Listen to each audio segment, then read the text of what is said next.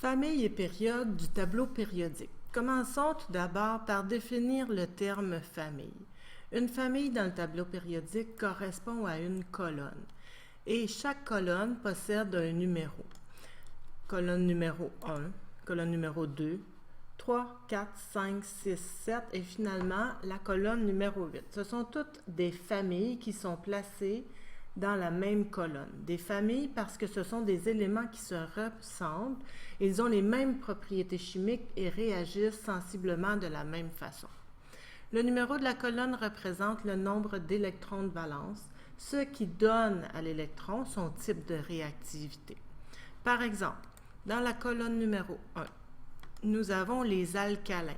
Les alcalins qui forment, en réagissant avec l'eau, des substances basiques. C'est pour ça qu'on les appelle les alcalins. Ils sont tous des métaux très réactifs. Notez que l'hydrogène est dans la colonne numéro 1, mais n'est pas dans la famille des alcalins parce que ce n'est pas un métal. Les alcalino-terreux, deuxième colonne, possèdent 2 électrons de valence et ont toutes le même type de réactivité chimique. Les autres familles, on va les appeler par leur nom ou par l'élément du haut de la colonne. Par exemple, la famille numéro 3, on pourrait l'appeler la famille du bord, du carbone, de l'azote, de l'oxygène. Et finalement, la famille numéro 7, nous l'appelons les halogènes. Halo pour sel, gène pour générateur. Les halogènes sont des générateurs de sel et ils réagissent très fortement avec les alcalins.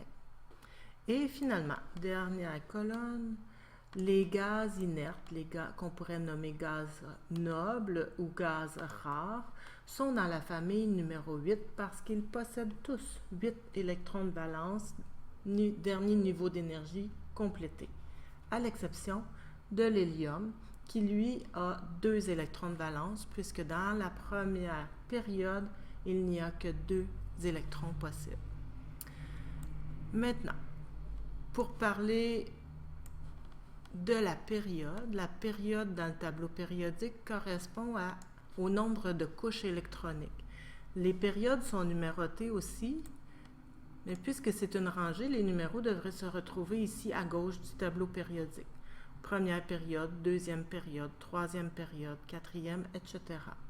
Par exemple, la période numéro 2 contient des éléments qui sont ici encadrés en gris.